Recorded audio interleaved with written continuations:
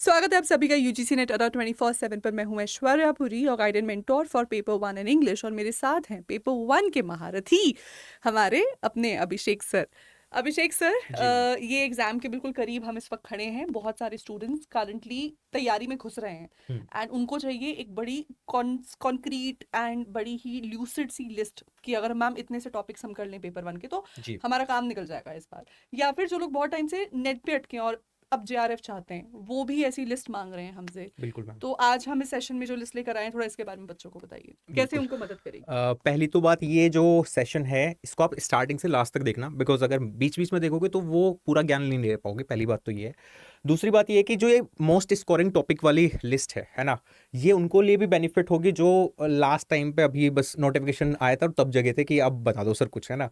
और ये उनके लिए भी फायदेमंद होगी जो रिपीटर्स हैं, बहुत टाइम से एग्जाम दे रहे हैं बट वो जेआरएफ तक नहीं पहुंच पा रहे, नेट तक या ओनली पीएचडी तक ही पहुंच पा रहे हैं। और रिवीजन कैसे करनी है ये भी बहुत लोग पूछते हैं, जो मतलब 6 महीने से रेगुलरली पढ़ रहे हैं। अब उनको समझ नहीं आ रहा कि लास्ट मिनट में हम क्या रिवाइज करें। बिल्कुल। तो उन लोगों के लिए भी ये सेशन काफी यूजफुल रहने वाला है। तो इस सेशन को हमने 2 पार्ट में डिवाइड कर दिया है। पहली यूनिट्स तो वो रहेंगी जो थियोरेटिकल है ना, जिसमें आप थ्योरी वाली चीज़ें पढ़ते हो। दूसरी यूनिट जो मैं आपको पढ़ाता हूँ कॉन्सेप्चुअल, जिसमें कॉन्सेप्ट लगता है, आपको रिवाइज करना पड़ता है सब चीज़ें, टेक्निकल यूनिट्स मान सकते हैं। तो ऐश्वर्या मैम, पहले आप बता दो अपनी यूनिट्स का कैसे कैसे स्टार्टिंग होगी। एक बार मैं फिर से रिवाइंड भी करवा देती हूँ। मैंने मसरूर सर ने एक सेशन लिया था, उसका लिंक वीडियो के नीचे लगवा देंगे डिस्क्रिप्शन बॉक्स में। आप उस वीडियो को जाके देखिए, क्योंकि उसमें हमने हमारी 10 यूनिट्स को डिवाइड किया है into the 6 units and 4 units.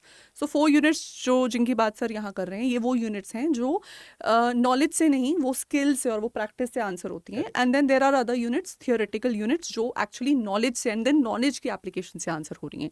सो सबसे पहले हम ले लेते हैं वो वाली टॉपिक जो नॉलेज बेस्ड हैं, एंड इनके कुछ क्वेश्चंस हैं जो अभी तक क्या नेट कर रहा था कि हर यूनिट से 5-5 एमसीक्यूज पूछ रहा था।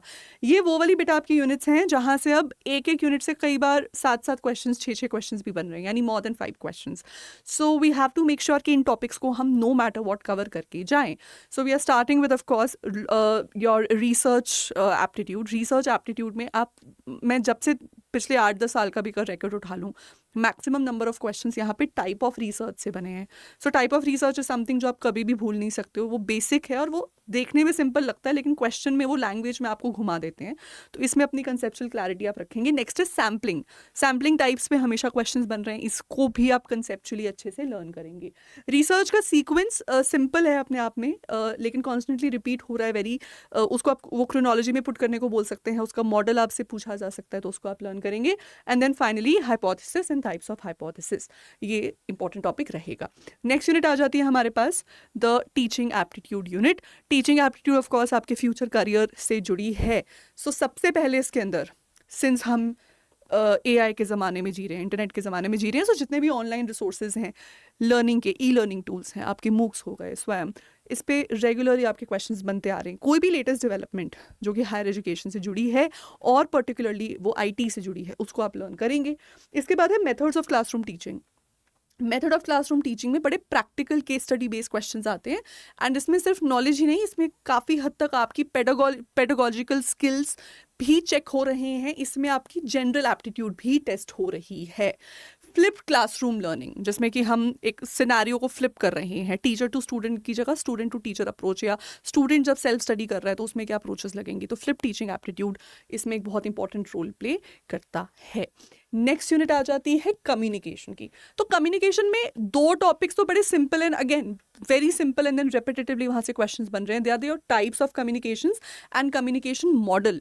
अगेन कम्युनिकेशन मॉडल भी आपको सीक्वेंस वाइज, क्रोनोलॉजी वाइज भी पूछा जा सकता है। Types of communication, direct questions वहाँ से बनते हैं, डेफिनेशन बेस्ड। इसके अलावा आपको सिचुएशनल क्वेश्चंस मिल सकते हैं बैरियर्स से। So barriers of communication, barriers of effective classroom communication एक बहुत इंपॉर्टेंट टॉपिक है, and classroom real life situation से भी क्वेश्चंस बनते आ रहे हैं। People development and environment, another very very important area, and ये थोड़ा सा ट्रिकी हो जाता है। यहाँ स्टूडेंट्स मार्क्स लूज कर रहे हैं, वाई? बिकॉज यहाँ पे रिसेंटली करंट अफेयर्स से बहुत क्वेश्चंस बनने लगे हैं। आप बहुत पहले भी अगर देखेंगे, आप पाएंगे कि बहुत सारे क्वेश्चंस यहाँ से लेटेस्ट इंडेक्सेस से कि किसी कंट्री का, इंडिया का for example, world wide carbon blueprint क्या है, या फिर पोल्यूशन इंडेक्स में हम कहाँ खरे उतर रहे हैं, इस तरीके के क्वेश्चंस वो पहले से पूछते आ रहे हैं। सो करंट अफेयर्स जितने भी एनवायरमेंट रिलेटेड है आपको पता रहने चाहिए। इसके साथ साथ जितनी भी लेटेस्ट ट्रीटीज़ हैं, ओल्ड एंड न्यू, चाहे वो क्योटो प्रोटोकॉल है, चाहे वो रियो समिट है, इनकी नॉलेज आपको होनी चाहिए। टाइप्स ऑफ पोल्यूटेंट्स, ये टॉपिक +2 बायो में पढ़ाया जाता था, 2-3 चैप्टर्स आई थिंक इसको डेडिकेटेड। बेसिकली वही क्वेश्चंस हैं जो अभी भी नेट यहाँ पर आपसे पूछता है।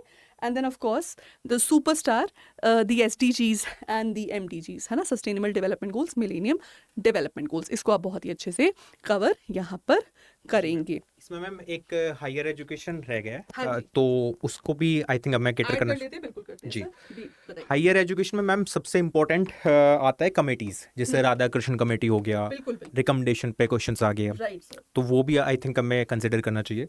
देन लर्निंग प्रोग्राम आ गया, वैल्यू बेस्ड क्वेश्चंस इसमें ज़्यादा पूछे जाते हैं मैम, तो ये भी एक इम्पोर्टेंट फैक्टर रहेगा हायर एजुकेशन में लर्निंग प्रोग्राम्स, जी। इस Value पर based डायरेक्ट questions। क्वेश्चंस आ जाते हैं, ठीक है, तो आप इनको भी अगर हायर एजुकेशन में देख के जाओगे, बिकॉज थियोरटिकल है ना। जैसे राधा कृष्ण कमेटी में क्या हुआ था, वो सब कमेटीज के सारे आप पढ़ के जाओ, सो दैट वहाँ से कोई भी क्वेश्चन आता है तो वो मिस ना हो। बिल्कुल। अब चलते हैं थोड़ा सा टेक्निकल क्वेश्चन, जी मैम। Correct sir.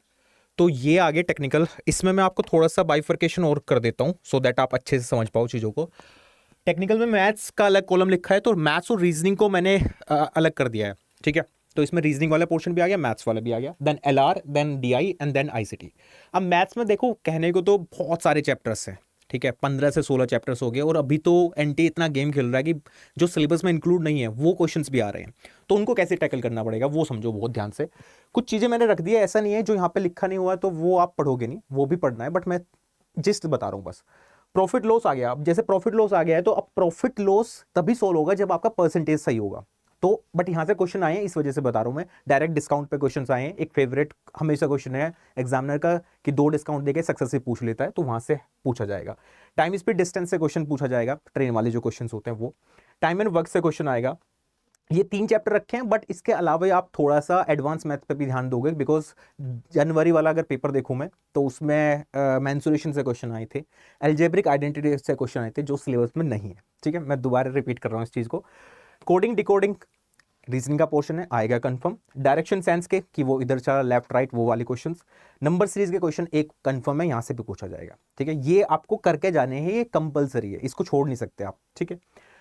LR की तरफ बढ़ते हैं। LR में सबसे इंपॉर्टेंट फैलिसीज, एक ना एक इनफॉर्मल फैलिसीज आपके एग्जामिनेशन में दिख जाएगी, चाहे वो रेड हियरिंग हो, चाहे इक्विवोकेशन हो, या फिर जल्दबाजी में कोई डिसीजन लेना हो, है ना, वो फैलिसीज देखने को मिलेगी। जहां भी भ्रांति पैदा हो जाएगी वो फैलिसीज आपके एग्जामिनेशन में आएगी, और फोकस करना है इनफॉर्मल पे बस, क्योंकि वही एग्जाम में दिखेगी आपको। स्क्वायर ऑफ अपोजिशन में बहुत बढ़िया क्वेश्चन फ्रेम होते हैं, और वो चार्ट जो मैं आपको सिखाया था वो याद रखना, ASAEIO का डायरेक्ट आपके एग्जामिनेशन में क्वेश्चन आएगा।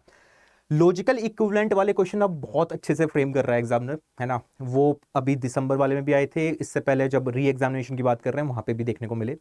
एक इनफ्रेड वाले क्वेश्चन जो होते हैं, जिसमें इन्फ्रेंस देखा जाता है, कहने का मतलब एक सेंटेंस देने के बेसिस पे देके आपसे पूछ लिया जाता है कि इसके बेसिस पे कौन सा इन्फ्रेड किया जाएगा, कौन सा इसमें से स्टेटमेंट सही होगा, तो वो वाले क्वेश्चन आपको देखने को मिलेंगे LR में। अब बात करते हैं डेटा इंटरप्रिटेशन की, जो सबसे बड़ा गेम चेंजर रोल प्ले करता है, बिकॉज पहला ही, जैसे आपका एग्जामिनेशन, कोई भी सब्जेक्ट का एग्जामिनेशन है, उसमें पहला क्वेश्चन जो होगा पेपर को, वो DI देखने को मिलेगा। 5 क्वेश्चन, शुरुआत में ही वो कॉन्फिडेंस दिख जाएगा, अगर आप करने वाले हो तो शुरुआत में खत्म करना, वरना स्किप करके इसको आगे बढ़ोगे। अब इसमें फोकस जो है, हमने स्टार बना रखा है टेबल ग्राफ पे, क्योंकि टेबल ग्राफ जनवरी में देखने को मिला था, सारी शिफ्ट में टेबल ग्राफ आया है। कहने का मतलब ये है, हालांकि मैंने मिसिंग और इनकम बेस्ड एक्सपेंडिचर वाला DI अलग लिख रखा है, टेबल ग्राफ को जिस कहाँ से मिस करके वो मिसिंग टेबल में बना दिया। अब हो सकता है, देखो जून वाले में थोड़ा चेंजेस देखने को मिले, क्या पता पाई चार्ट आ जाए या बार ग्राफ आ जाए, बट ये वाला जो आया हुआ है इस पर फोकस करने की जरूरत है, क्योंकि री एग्जामिनेशन जब हुआ था तब भी टेबल पे फोकस था। तो आप टेबल ग्राफ के जितने भी सेट्स हैं, टाइप्स ऑफ टेबल ग्राफ, वो सारे पढ़ के जाओगे। साथ में मिसिंग DI भी जो टेबल पे आ रहा है वो पढ़ के जाओगे। इनकम एक्सपेंडिचर वाले क्वेश्चंस देखने को मिले थे आपको, कॉमर्स की शिफ्ट में देखने को मिले थे, इकोनॉमिक्स में आपको देखने को मिला था मिसिंग DI, वो सब भी करके जाने आपको, ठीक है। ये होगा DI के बेसिस। अब चलते हैं ICT, जो सबसे छोटी यूनिट है बट बहुत ट्रिकी भी है, बिकॉज कहाँ से क्वेश्चन आ रहा है कुछ नहीं पता चलता। कुछ क्वेश्चन फिक्स आएंगे, वो होगा नंबर सिस्टम जो कन्वर्जन वाले हैं, जैसे बाइनरी को डेसिमल में करना, कन्वर्ट करना, ऑक्टल में करना, हेक्साडेसिमल में करना, ये वाली चीज़ें। माइक्रोसॉफ्ट पे क्वेश्चन आएंगे, MS वर्ड हो या पावर पॉइंट प्रेजेंटेशन हो, है ना, MS नोट हो, इन सब पे क्वेश्चन आएगा। मेलवेयर पे क्वेश्चन आएगा, हमेशा आपसे पूछा जाएगा। एक इंपॉर्टेंट आ गया है जनरेशन, कौन सी जनरेशन में कौन सी चीज़ यूज़ हुई थी, वैक्यूम ट्यूब कब यूज़ हुई, ट्रांजिस्टर कब यूज़ हुए, या फिर IC सर्किट कब यूज़ हुए, ये जनरेशन वाइज क्वेश्चन आ सकते हैं। अब इसमें एक चीज़ और ट्विस्ट हो सकती है, वो हो सकता है मैच द कॉलम। हो सकता है इन्हीं की फ्रेमिंग करके वो मैच द कॉलम में डाल दे। तो ये सब चीज़ अगर आप करके जाते हो तो हमारा ये मानना है कि आराम से आपके जो सिक्योर करना चाहते हो आप 80+ का टारगेट, वो आराम से सिक्योर हो जाएगा। जी मैम। सर करंटली जितने भी स्टूडेंट्स इस एग्ज़ाम में अपीयर करते हैं, हमारे पास पेपर 1 में 50 क्वेश्चंस हैं। हाँ जी। एंड कोई भी एवरेज बच्चा, मतलब जो बिल्कुल कम से कम तैयारी भी करके जाता है, उसको 25 क्वेश्चंस तो ठीक करने चाहिए। मतलब आप इससे भी नीचे कर रहे हो, इसका मतलब है कि आपकी कोई प्रिपरेशन ही नहीं थी एग्जाम की, आप गलत ही एग्जाम में पहुंच गए हो। ये एक बिल्कुल बिलो एवरेज बच्चा कर रहा है। एवरेज बच्चा समवेयर अराउंड 30 आउट ऑफ 50 कर पा रहा है। तो इसका मतलब अबव एवरेज बच्चा कितना करेगा? अब अबव एवरेज बच्चे एटलीस्ट 75% अबव की गेम खेलते हैं। तो मेरा मानना है कि आप अगर ये टॉपिक्स कर लेते हैं, आप अबव एवरेज में आ जाएंगे। आप एक्चुअली 80% को भी टच कर सकते हैं। मतलब जितने भी वो लोग हैं जो JRF टच कर लेते हैं, वो एक्चुअली पेपर 1 में 80 या 80 से अबव जा रहे होते हैं। ये टॉपिक्स लिटरली हमने वही टॉपिक्स आपके लिए ढूंढ के निकाले हैं जो आपको 40 ऑन 50 क्वेश्चंस ठीक करा देगा। यानी आपको मार्क्स वाइज 80 आउट ऑफ 100 की रेंज में ले जाएगा। ये बहुत ही अच्छी रेंज है। इसका फ़ायदा क्या है? अगर आपका पेपर 2 वीक है तो इस पेपर 1 में इतना मार्क्स स्कोर करके आप नेट तो कर ही लोगे। और अगर आपका पेपर 2 स्ट्रॉन्ग है तो इसके साथ आपका डेफिनेटली JRF क्वालिफाई हो जाएगा। बाकी रेगुलरली हमारे चैनल पे सेशंस चल रहे हैं। आप उन सेशंस का पार्ट बनिए, उन मैराथन्स का पार्ट बनिए। इनफैक्ट इस 13 को हमारी AI जनरेटेड क्लास भी है। अब ये क्या है वो जानने के लिए फटाफट जाके हमारे official YouTube channel UGC NET अड्डा 24/7 पे सेशन को आप जाके एडवांस में लाइक कर दीजिए। तो ये चैनल हमारा है UGC NET, इसको आपने सब्सक्राइब करके रखा है, ये तो मैं मान के ही चल रही हूँ। लेकिन इसके अलावा सेशंस को एडवांस में लाइक करना भी बहुत ज़रूरी होता है। उसका रीज़न ये है कि जब आप सेशंस को एडवांस में लाइक करते हैं तो सेशंस कोई भी हो वो आपको एक अर्ली नोटिफिकेशन देता है, आपको डबल नोटिफिकेशन देता है, और आपको जैसे ही सेशन स्टार्ट होगा आपको पता चल जाएगा। किसी भी सेशन को, किसी भी मैराथन क्लास को स्टार्टिंग से अटेंड करना बहुत ज़रूरी होता है। तो 480 लाइक्स तो हैं इस पे एक और 10-20 और लाइक करके भाई इसको 500+ कर दो। 500 तो आज ही कर दो, वैसे 1000 मिनिमम होना चाहिए, सो दैट ये सेशन पूरे भारत में देखा जाए, है ना। अड्डा इंटेलिजेंस इसका नाम, आर्टिफिशियल इंटेलिजेंस नहीं है। अड्डा के जो फैकल्टीज हैं वो अपना पूरा एक्सपीरियंस लगा के एक पेपर सेट कर रहे हैं आपके लिए, जिसमें से 90% पेपर आपको फंसने वाला है एग्जामिनेशन में पेपर 1 का। ठीक है, चलो, thank you so much, bye bye, take care, have a nice day.